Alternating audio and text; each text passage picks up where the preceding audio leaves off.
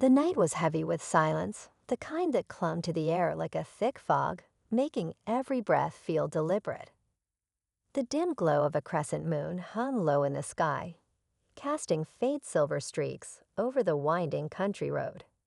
Somewhere in the distance, the faint hum of an approaching engine cut through the stillness, growing louder with every passing second. It wasn't just any vehicle, it was a sleek black motorcycle, its rider shrouded in leather and mystery, moving like a shadow come to life. This was no ordinary rider. The locals had whispered about him, though no one seemed to know his real name. They called him the Black Rider, a nickname born from the sleekness of his gear and the enigma of his presence. He wasn't just fast. He was clever, resourceful, and always one step ahead. Tonight, however, his journey wasn't about speed or thrills. It was about survival. The town he was heading toward wasn't kind to people like him.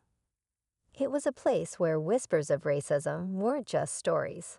They were an unspoken truth, lurking in the actions of those who wore the badge. The police patrolled with a certain authority that went unchecked, their version of justice skewed by prejudice. The Black Rider knew this all too well, but he also knew he couldn't let fear dictate his path. He sped down the road, the roar of his engine echoing against the trees, his mind sharp and alert. Behind him, red and blue lights suddenly pierced through the darkness. The sirens followed, blaring with an urgency that sent a shiver down his spine. He glanced in his side mirror and saw the police cruiser closing in. They weren't after him because of a crime. No, this was different. This was about control, about sending a message. The rider tightened his grip on the handlebars, his heart pounding in rhythm with the machine beneath him. He knew their tactics. They would try to corner him, intimidate him, make him feel like a hunted animal. But the Black Rider wasn't easy prey. He had a knack for thinking on his feet, for turning the tables when the odds were against him.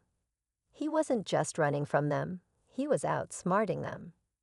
As the cruiser gained on him, the officer behind the wheel called for backup, his voice crackling through the radio. Suspect on a black motorcycle heading east on Ridgeway Road. We've got him cornered. But they didn't have him, not yet. The Black Rider leaned forward, his body almost merging with the bike as he took a sharp turn onto a dirt path that veered off the main road. The cruiser hesitated for a split second before following, its tires skidding against the loose gravel. The rider smirked under his helmet. He knew these back roads like the lines on his palms. They didn't. The chase was more than a game of cat and mouse. It was a battle of wits. The rider weaved through the trees, his mind racing as fast as his wheels.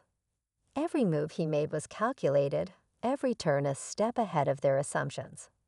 He led them through narrow trails and sudden bends, his motorcycle gliding over terrain that seemed impossible for a car to navigate. Then in the midst of the chaos, the rider spotted it clearing up ahead, a place where he could vanish into the night. But as he approached, he noticed something that made his stomach drop. Another set of lights appeared in the distance, cutting off his escape. Backup had arrived. The officers were closing in from all sides, their vehicles forming a wall of authority and power. For a brief moment, doubt crept in. Was this it? Was this how his story ended, trapped and outnumbered? But the Black Rider wasn't one to surrender easily. He scanned his surroundings, searching for an opening, a way to turn the situation to his advantage.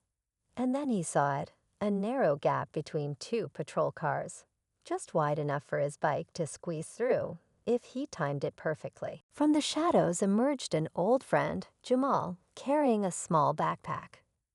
Jamal had been Marcus's best friend since childhood, a bond forged through shared struggles and dreams.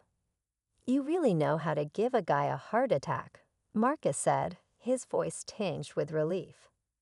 "I heard about tonight," Jamal said, his tone serious. "The cops are swarming all over town looking for you." They're saying you resisted arrest, that you endangered officers. You know they'll twist the story any way they can. Marcus nodded, his jaw tightening. Let them talk. They can't prove anything. Yeah, but how long can you keep this up? Jamal asked, his voice filled with concern. They're not going to stop until they catch you, or worse. Marcus didn't have an answer. He knew Jamal was right. The more he fought back, the harder they came after him. But giving up wasn't an option. Too many people were counting on him, even if they didn't say it out loud. He wasn't just fighting for himself. He was fighting for everyone who'd ever been silenced, overlooked, or oppressed. Jamal reached into his backpack and pulled out a map. I've been thinking, he said, spreading it out on the ground. There's a rally happening in the city this weekend. People are coming from all over to protest police brutality. If you showed up, if they saw the Black Rider in person, it could send a message. Marcus hesitated. He wasn't one for crowds or speeches. His actions had always spoken louder than words. But he couldn't deny the power of unity, of people coming together for a common cause. It's risky, he said finally. They'll be watching for me. That's the point, Jamal replied. They want to scare us into hiding. But if we stand together, they can't ignore us. The idea lingered in Marcus's mind long after Jamal left. The rally could be a turning point, a chance to show the world who he really was and what he stood for. But it could also be the moment everything came crashing down. As he stared at the map under the pale moonlight, he knew the decision he made now would change everything. The Black Rider was at a crossroads, and the road ahead was shrouded in uncertainty. The night before the rally, Marcus sat in the garage where he worked, the faint smell of oil and grease mingling with the weight of his thoughts.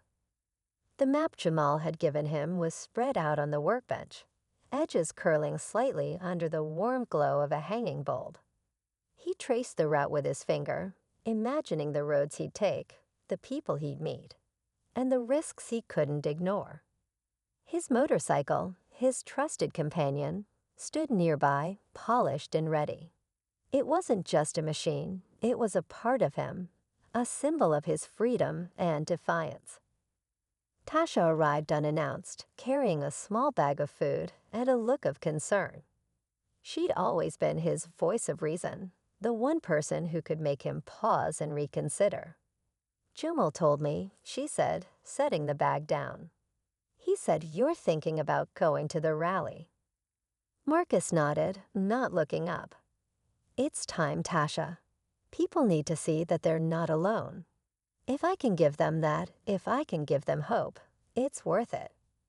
Her eyes softened, but her voice was firm. I get it, Marcus. I do. But they're going to be waiting for you. You know they will. They'll twist this into something it's not. You're walking into the lion's den. Marcus finally met her gaze, his expression resolute. They've been after me for months, Tasha. They've tried to scare me, to silence me. But if I don't show up, if I let them win, then what's the point? I'm not just riding for myself anymore. I'm riding for everyone who's been pushed down and told they don't matter. She sighed, a mix of pride and worry etched into her face. Just promise me you'll be careful. Promise me you'll come back. Marcus reached out, squeezing her hand. I promise. The next morning, the city was alive with energy. Streets filled with people holding signs, their voices blending into a chorus of determination and resilience. The rally had drawn a crowd larger than anyone had expected, a sea of faces united by a shared purpose. Among them, whispers spread like wildfire. The Black Rider was coming. True to his word, Marcus approached the city cautiously, sticking to back roads and alleys to avoid drawing attention too soon. His heart raced as he neared the rally's epicenter, a massive park surrounded by towering buildings. From his vantage point, he could see the crowd swelling, their chants echoing against the concrete walls. But he also saw the police presence. Rows of officers lined the streets, their postures rigid, their eyes scanning the crowd for any sign of trouble. Marcus knew this was the moment. He revved his engine, the sound cutting through the noise like a battle cry. Heads turned as he entered the park, his motorcycle gliding smoothly through the crowd. Cheers erupted, a wave of excitement rippling outward as people recognized him. The Black Rider wasn't just a myth or a story anymore. He was real, and he was here. He parked his bike at the heart of the rally, stepping off to face the crowd. For a moment, he felt exposed, the weight of 1,000 eyes on him. But then he saw their faces, young and old, hopeful and determined, and he felt a surge of courage. He raised a hand, signaling for quiet, and the crowd fell silent, their anticipation palpable. "I'm not a leader," Marcus began, his voice steady but filled with emotion. "I'm just a man on a bike, doing what I can to stand up for what's right. But I'm here today because of all of you. Because every voice, every step, every act of defiance matters. They want us to believe we're alone, that we don't have the power to change things. But look around. Look at this. We are stronger together than they will ever be." The crowd erupted in applause, their cheers drowning out everything else. But the moment was short-lived. From the corner of his eye, Marcus saw movement, officers pushing through the crowd, their intentions clear. The cheers turned to shouts as people tried to block their path, creating a human barrier around Marcus. "Stay back," one officer barked, his hand hovering over his holstered weapon. "We just want him." But the crowd refused to budge. They linked arms, their collective strength forming an impenetrable wall. Marcus felt a lump rise in his throat. This wasn't just his fight anymore, it was theirs. And then something incredible happened. A young boy stepped forward, holding a sign that read, "We stand together." His bravery sparked a chain reaction, and one by one, others joined him, holding their signs high. The officers hesitated, their confidence wavering in the face of such unity. In that moment, Marcus realized the true power of what they'd built. It wasn't about him outrunning the police or outsmarting them. It was about standing up, together, and refusing to be silenced. He stepped forward, his voice steady and unwavering. "You want me? Here I am, but you'll have to go through all of us." The officers exchanged uncertain glances, their authority crumbling under the weight of the crowd's resolve. And then, as if on cue, the chants began again, louder than ever, drowning out the tension. "Justice, justice, justice." Unable to act without risking public outrage, the officers retreated, their departure met with a roar of triumph from the crowd. Marcus stood there, surrounded by people who had turned his story into a movement, his legend into a call for change. That night, as he rode home under the same crescent moon that had witnessed so many of his escapes, Marcus felt a sense of peace he hadn't known before. The fight wasn't over, but for the first time, he didn't feel like he was riding alone. The Black Rider wasn't just a man anymore. He was a symbol of hope, a reminder that even in the darkest times, light could prevail.